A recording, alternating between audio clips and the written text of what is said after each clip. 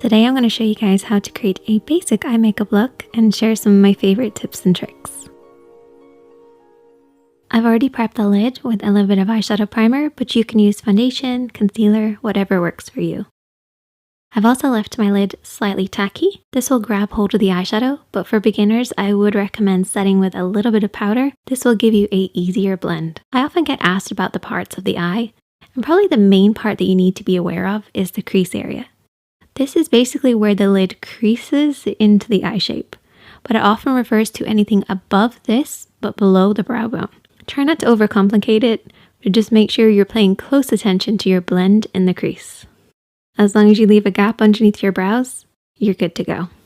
And the easiest way to create any eye makeup look is to use a shadow at least one shade lighter than your skin tone, a mid-tone shade, and then a shadow at least one shade darker than your skin tone. Your mid-tone is actually the most important and it can be a little tricky to pick, so I actually recommend using your favorite nude lipstick as a guide. If it looks great on your lips, chances are it'll work in your crease too. So just use a corresponding eyeshadow to match it. We're going to start off with our mid-tone, so choose whatever works for you, and we're using a blending brush to start with. This is anything with a fluffy finish. We're going to start this in the crease of the eye.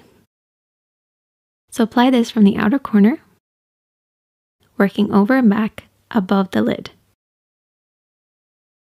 making sure to leave a gap just underneath the brow bone. And also remember to keep your eyes open. This will help you figure out the shape that you're creating. For hooded eyes, this is a great way to camouflage any hoodedness, as it almost contours the hoodedness away. If you don't know where to stop and start your eyeshadows, use your brow, edge of your eye, and edge of your nose as a guide and blend in from this point. As long as you're blending in, it will complement your eye shape. And this area is where we've applied our mid-tone.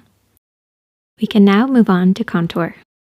Your contour shade is at least one shade darker than your skin tone, but can be anywhere up to a black shade.